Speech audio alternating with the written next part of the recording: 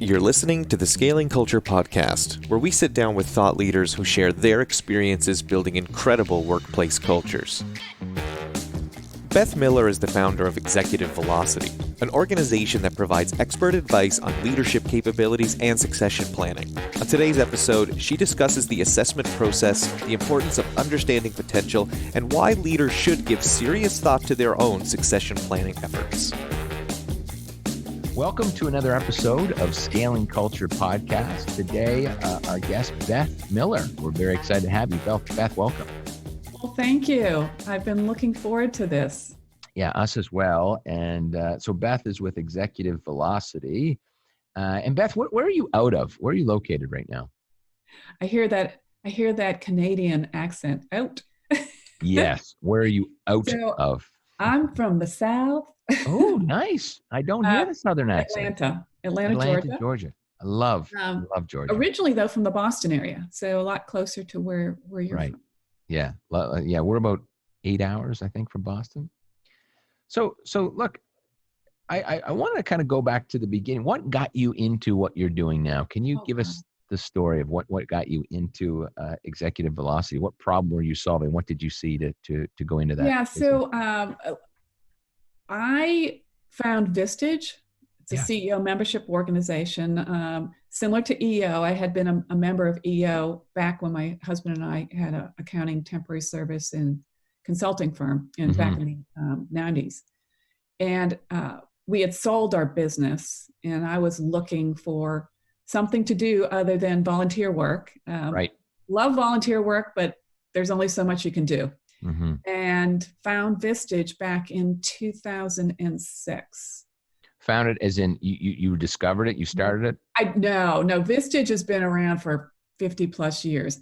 I was introduced to Vistage. Okay, got it. And the way Vistage works, a little different than EO, is Vistage has chairs. Yes. Who actually facilitate the meetings, whereas EO itself facilitated. Yeah. And the other part of the program is that members receive executive coaching, business coaching every month. So I found my new world of Vistage, which incorporated helping businesses grow, helping leaders grow. So you were the coach, Beth? You were actually the... Yes, I was a facilitator and coach. Got it. Yes. I had 4 groups at one point. Wow. So over the last 14 years, I have worked with over 100 businesses, business owners, small, privately held, anywhere from 20 employees upwards of 300, 400 employees. Wow, broad range. Yeah. And as I started working for Vistage, I realized how much I loved the work. So I started Executive Velocity. So I was paralleling Vistage and Executive Velocity for quite some time. Got it. And Executive Velocity is broader than just the coaching and facilitation. So that's how I got into the work. No, excellent. Yeah. And so I know you have one piece of what you do is assessments. Yes. So is that assessments at all levels, C-level? What does that look like? Yes, it's at all levels, and there are different types of assessments. So, and it depends on what I am using assessment for. So, if it's about developing, high potentials, executives, one of the assessments that I'll use is a 360. Okay. Which, for your listeners, if they haven't heard of 360, it's really getting multi-raters to provide you feedback on the core competencies of leadership within the organization. So is that like you're hiring a new COO and you go through this process before you hire to see what you're looking for? Right. The 360 is specifically for development. Okay. It's not for hiring. Now, I use other assessments for hiring purposes. Okay. And the important thing to remember about hiring assessments is, number one, have one. Yeah. Yeah. But make sure that it's validated for hiring. There are a lot of assessments out there that aren't validated for hiring purposes. And how do you validate an assessment? The actual tool and the owner company that owns it will validate it. Okay. Okay. Yeah. So there's actually one tool that I use, not exclusively, but probably 80% of the time when it comes to hiring, and that's Business DNA. Okay. And it actually was started by an EO member here in Atlanta. Oh, wow. Yeah. And the research comes out of Georgia Tech. So they've probably assessed like 2 million people. So there's a lot of data behind it. But it helps with hiring as well as development. Okay. So that was one of the reasons I chose it, was because it allowed a company to have one tool. Got it. To use, and it allowed then the company to have a single language around behavior and personality, which is important, especially for cultures. And how, with every culture being different, what have you seen from an assessment, or what's the important when you're going through the assessment of a candidate to make sure they're a cultural fit? You have strategies around that? That is a great question. What we do up front is, when I'm working with a client, is we'll take a look at the values of the organization. Their core values. Right. If they have them. Yep. And then if they haven't yet identified the behaviors that support those values, and we clearly go through and define what kind of behaviors are we looking for that would relate to accountability or client focus or whatever. Those behaviors then we will map to the assessment. The assessment will measure certain things like planned, creative, content. And so we'll match behaviors to those factors within the business DNA profile. So the process of making sure you understand the behaviors, and then looking at that, is it that same assessment tool? And then you say, okay, we've got a match. Correct. In fact, I was working with a client yesterday. They're growing rapidly. It's a marketing firm. Yep. And they're hiring a lot of content creators. So we profiled their current employees using the assessment. And they take it first.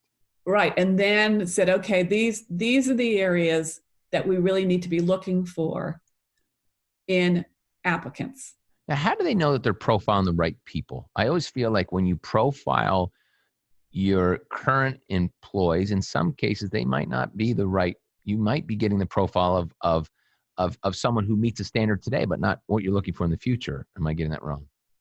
Okay. So that gets back to the core competency model. And I don't do a robust model with smaller companies. It's just overkill for them. Right. What we look for is, okay, here are the core competencies. But as it relates to your question around the ability to grow. Yeah. Right. And okay, so they're competent at this level from a core competency, but we need to get them to X level. Right. That's when we start talking and evaluating about potential versus performance. And that comes into that's a key factor in succession planning, is identifying your high potentials and understanding their current gaps, and developing to those. And let's break that down. I know that is, something near and dear to you. You're passionate about it. Obviously, it's a big part of your business. So how do you figure that out? Here's where you are today, Ron, but let me figure out where your potential is. How do you do that? For an individual? Yeah. Yeah. So the steps in the process are, first of all, you've got to have a performance management system. Okay. Right. So that's historic. You're measuring past performance. Yeah. Potential is estimating future performance. Yeah. It's a forecast, right? Yeah. Yeah. So you need to understand what are the factors that you should be looking for that would lead to potential. Can you give me an example? Those things in general Mm-hmm. are emotional intelligence, Mm-hmm. having a high level of emotional intelligence, learning agility, being able to learn and grasp either new skills or new behaviors. Yep. Okay. Motivation, being motivated and taking initiative. Those, and I would have a conversation with the company to really define what potential is for them. Sorry, Beth, are you saying if you had those three things, you essentially have potential or not? Right. Okay. You're demonstrating that you have potential. Right. Now the next step is okay. We've in a succession planning process, we may have the CFO who is getting close to retirement. You know, she's got 3 more years. Well, we have got somebody that we've identified that has high potential based on our criteria, but they have gaps. They need to be developed. Yep. So that's when it's really important to have a robust development planning process and Beth, a monitoring process. You can't develop motivation or EQ. And that's right. Okay. So that person that's your baseline. Considered high potential. Okay, got it. So that's your baseline. Now it's like your gaps to be a CFO is some strategic finance, some leadership stuff, right? Now you're into that specific lane. Okay. Exactly. Yeah. The whole idea of succession planning is to have the right people on the bus in the right seats at the right time, doing the right things. Right. Love that. Yeah. Right out of Jim Collins' playbook, I think, right? He's always mentioning that. Yeah. And so, okay. So once you've, and I forget the third, it's motivation, EQ. What was the third thing you said? Potential. There's learning agility. That's learning agility, right? But there can be additional ones based on the conversation that I have with the company leaders. But those 3 seem to be critical. Yes. Okay.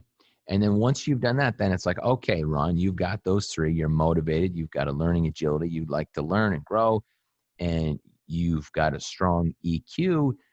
We'd like to see if you're interested in the next role. What does it look like? How do you figure out the gaps in the next level for me of where I want to go in the organization? If I'm a controller and I want to be the CFO, what does that look like? So there are two types of assessments. There's the skills. So for instance, the CFO, if you've got a director of finance, that person may need training or mentoring from the CFO. Yep. And in specific areas like strategic finance or dealing with the banks, those kinds of things. Yep. And then there's the behavioral aspects, the leadership competencies that there may be some gaps that he or she needs to develop. So, and that could be coaching, or it could be training. It could be a variety of ways to fill those gaps. And so once you've identified that, is it like this kind of robust plan? Is it? Yeah, it's a plan. And obviously the high potential owns the plan. So I own the plan. Yeah, you own the plan, but it's, co-created by you and your manager.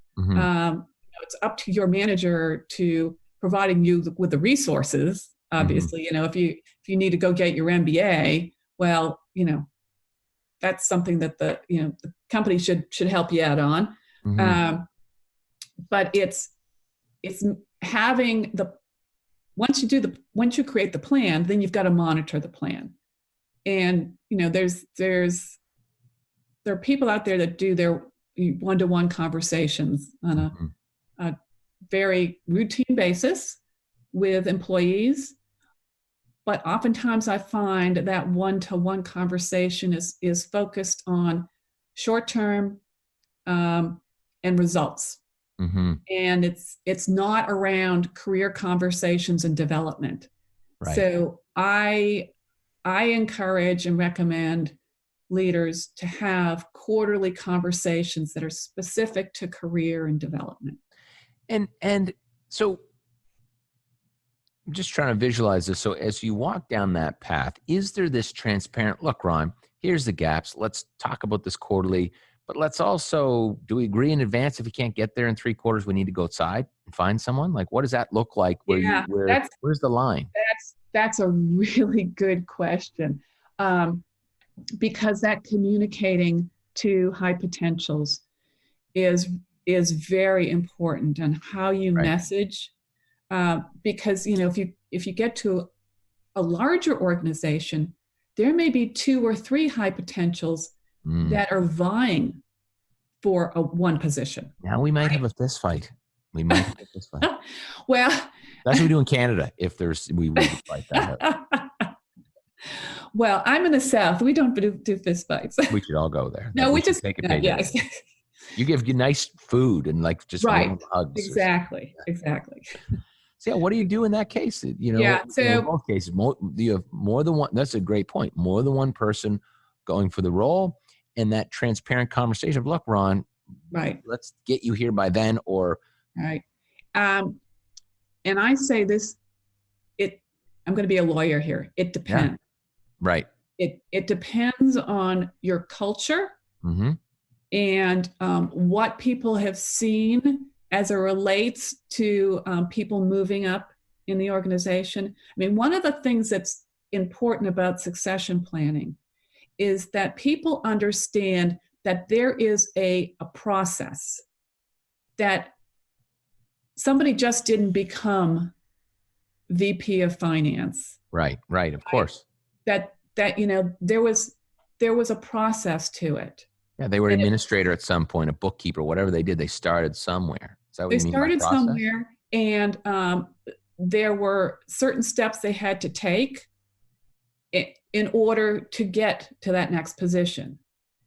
As it relates to multiple people vying for a single slot, that's when you can't make promises. Right. What you can promise, though, is to develop them to their full potential. That you can promise to support them. Right. Exactly. You're willing to invest in them, and it may be that somebody else gets the position because they just weren't ready, but they will be more ready for maybe additional projects, job enrichment. Maybe it's, hey, you know what? If you do these things, you might have some options. Right. You might be able to move over into another division, another product line, that kind of thing. It's interesting. Not too long ago, we used a temporary agency to have an administrator come in to help us out. And then we were hiring for an office manager. And so we very transparently said, look, here's what the role looks like. What we'd like to do is we're going to invite external candidates, but also you're in the job. You have a shot at this as well, but you'll also go through the interview process. Right. And it's funny. She was doing a great job internally, but we thought, let's be objective here about the process. And we did that.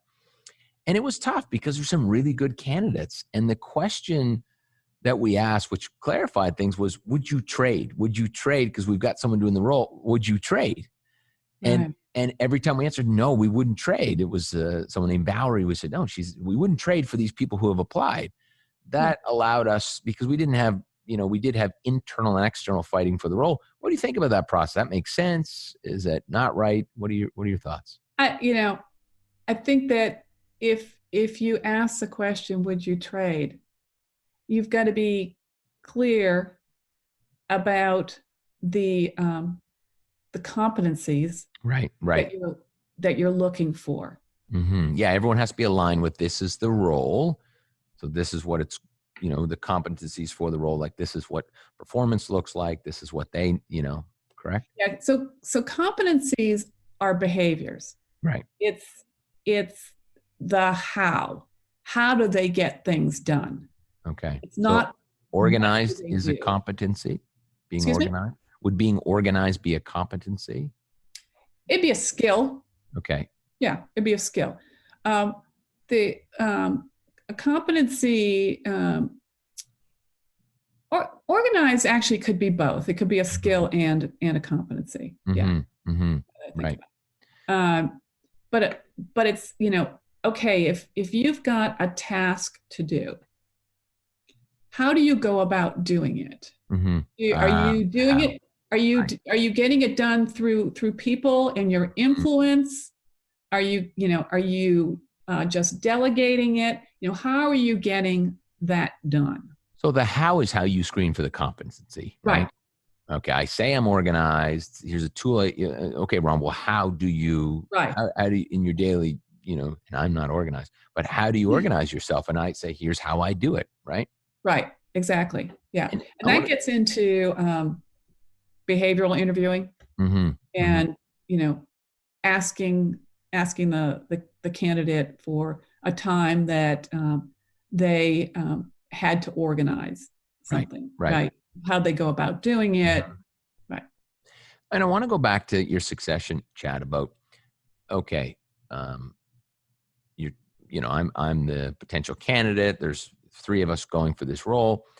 What does it look like when I haven't met it? What is that conversation? How do you keep me motivated? And I didn't get the job. I didn't get. So that's why I tell people they should have quarterly conversations. It shouldn't be an annual conversation.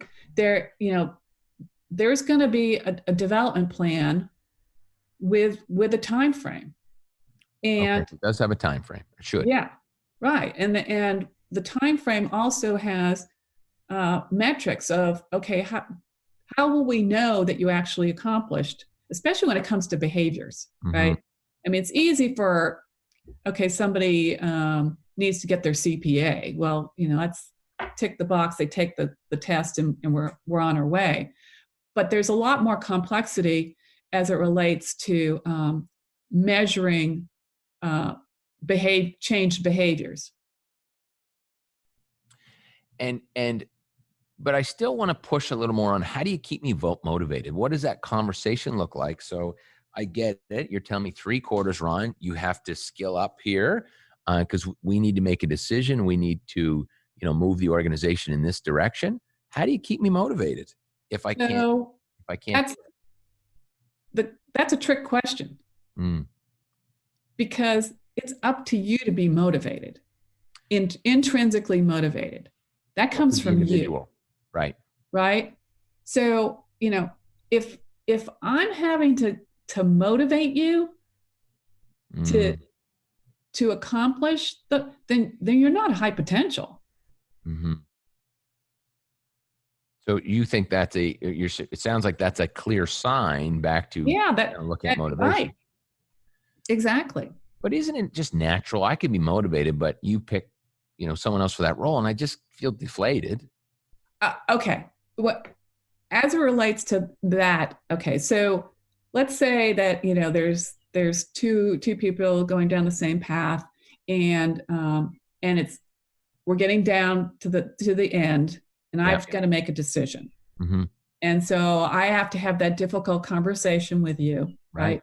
Yeah. To remotivate you, right? Right. So you've been motivated all along. You're meeting your goals, but it's not a clear choice. I've got to make a hard decision. So that's a really difficult conversation to have. And that's why you don't want to promise anywhere along the line that you're going to be getting that position. Mm-hmm. Just show that, look, there's an availability, and I would encourage you and support you. Right. And, and they're don't lie, but if there are other positions that might be coming down the line, let's you and I work together to make sure that that next opportunity is yours. Mm-hmm. Yeah. Got it. I had a question back to, I'll call it a mid-size, even small business, because, your succession about the CFO, I understand. But if I'm the entrepreneur and I don't have a CFO and I really need to get the controller to CFO level, but don't have someone there to help with succession, what do we do in that case? So there are times when you're going to have to hire externally. Right. Right. The succession planning process, the first thing that you do is you take your business plan. Mm-hmm. And if you have a good business plan, like Vern Harnish would, one-page plan. Right, exactly. Yep. It's 3 years out. Then you need to figure out, okay, what are the key positions that I'm going to need to have to execute that plan? Mm-hmm.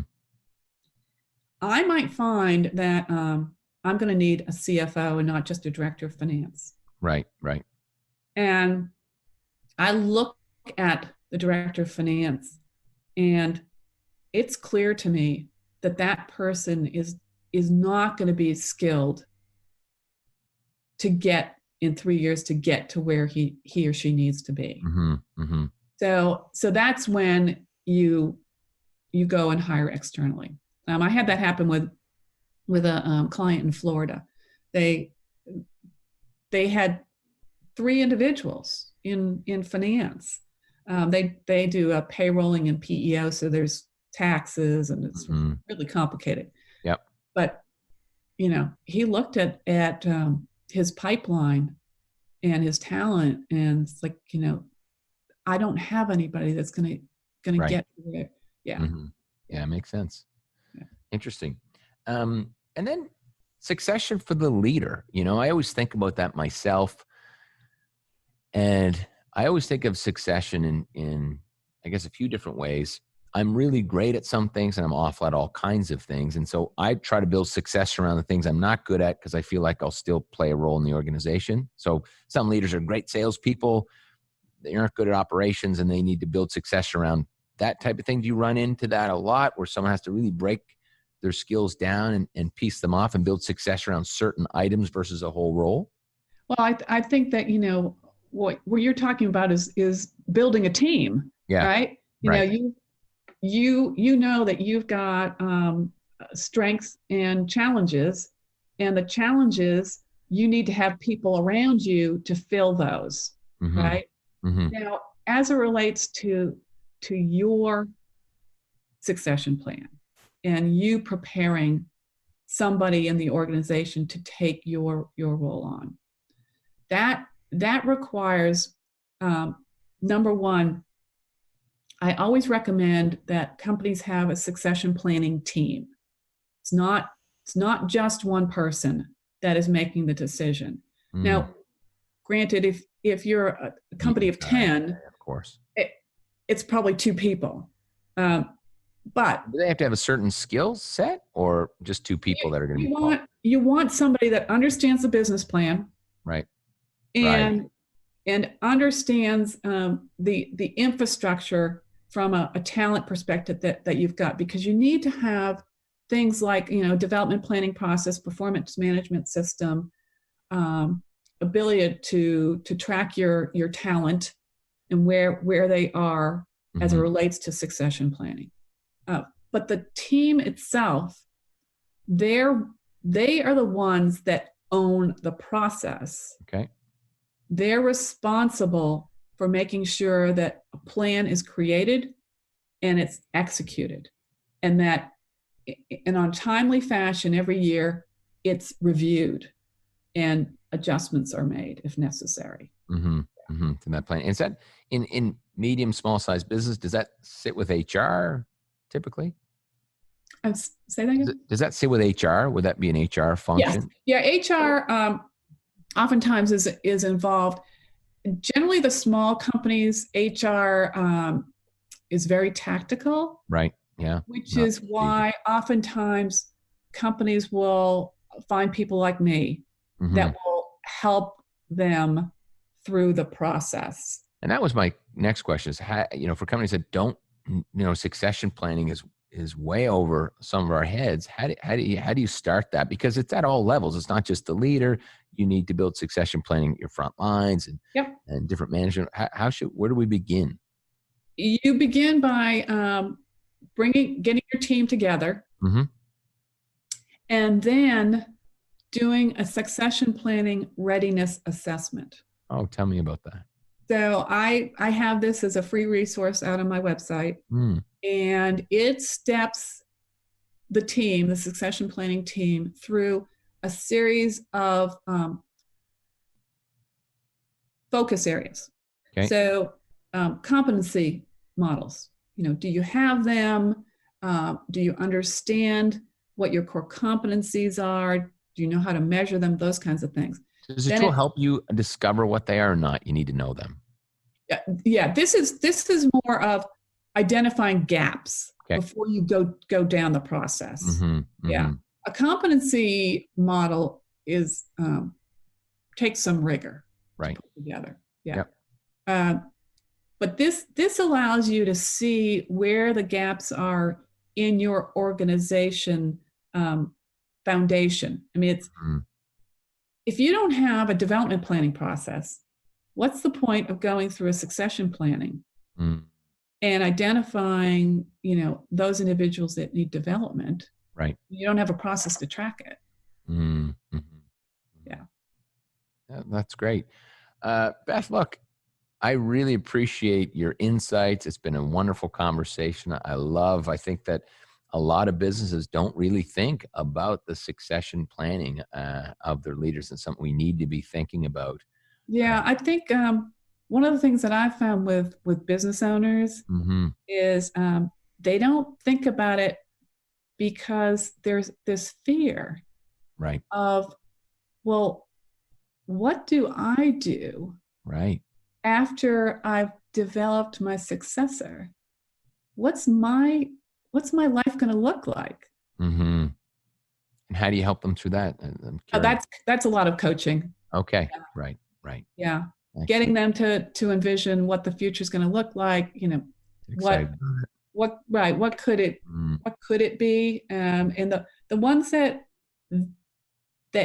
get there are so much more enthusiastic around the succession planning process. Right. I remember back when I sold my first company, I felt like, the straitjacket, the handcuffs were off. It was like, oh my God, I could do anything now. I'm out of this industry. I got really excited about that process. I wasn't actually fearful. I was pretty excited. Well, good. Yeah. Well, Beth, thank you so much. Thanks for taking the time.